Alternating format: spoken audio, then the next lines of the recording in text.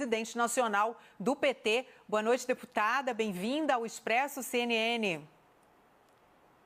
Boa noite, Carla. Boa noite, Caio. Boa noite a todos que estão nos acompanhando. Bom, vamos falar então sobre essa definição do apoio à Baleia Rossi. O que foi decisivo para que o PT acabasse dando apoio ao candidato de Rodrigo Maia? Não permitir que Bolsonaro atuasse ou avançasse sobre a Câmara dos Deputados com a sua candidatura. Nós avaliamos que isso seria muito ruim para a democracia e muito ruim para o Congresso Nacional. Nós precisamos de um Congresso Nacional que tenha mais independência e que possa barrar pautas que sejam pautas que são retrógradas no nosso entender, seja do ponto de vista dos direitos humanos, seja do ponto de vista do Estado democrático de direito, do meio ambiente, das questões indígenas, enfim. Isso tudo nos levou a compor um bloco e também hoje a decidir em apoiar a candidatura de Baleia, sem deixarmos de ser críticos, sem deixarmos de saber o que representa esse próprio bloco. Sabemos, esse bloco foi responsável, sim, pelo golpe contra a presidenta Dilma, mas também entendemos que depois disso, nesses últimos 2 anos de governo, teve um distanciamento, um racha nesse bloco do sistema. E nós temos responsabilidade com o país. Ou seja, Bolsonaro é muito perverso para com o Brasil. O governo dele, sendo um governo que tenha muito peso institucional na Câmara, aumentará os retrocessos e barrará qualquer tipo de ofensiva que nós possamos ter para defender o povo brasileiro. Isso para nós vem em primeiro lugar. Deputada, eu vou repetir, não sei se a senhora ouviu a pergunta que eu fiz para o Yuri Pita, provavelmente sim. Até que ponto esse apoio do Partido dos Trabalhadores ao Baleia Rossi fragiliza ou põe em xeque o discurso de que o impeachment da presidente Dilma Rousseff foi um golpe? Nenhum ponto. Nós continuamos achando que foi um golpe e que foi aquele golpe, junto com a prisão do presidente Lula, que jogou o país nessa instabilidade que nós estamos. O problema é que uma parte daquele pessoal que deu o golpe viu que deu ruim. Colocaram na presidência da República um homem que não tem condições de governar o Brasil. Além de ser autoritário, um homem que faz apologia à tortura, um homem que faz apologia à ditadura, é também alguém que não consegue dar respostas mínimas ao povo brasileiro. Atenta contra a saúde do povo, não conseguiu dar respostas concretas nessa pandemia.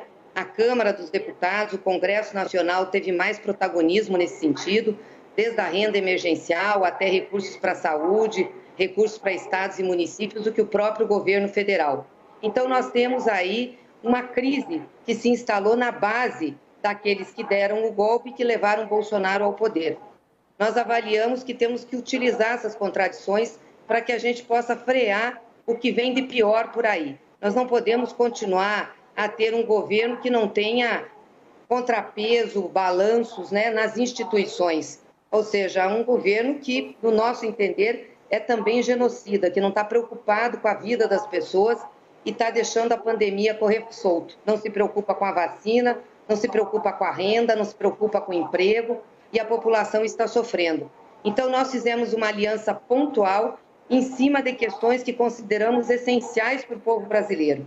Primeiro, a universalização da saúde.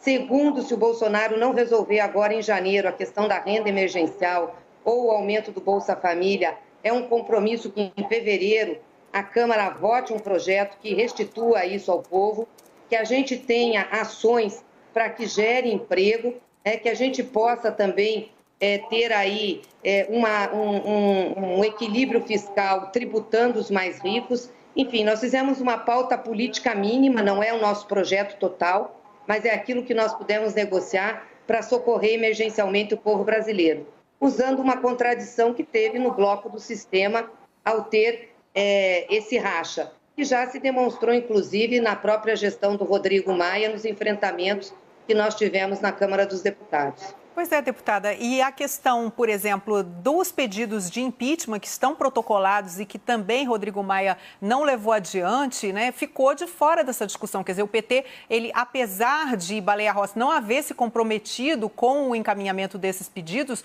o PT, de qualquer maneira, vai ter que escolher justamente para evitar, então, que se tenha só pautas de costumes no Congresso. Seria isso? Não, primeiro ponto, dizer que esse tema não ficou de fora.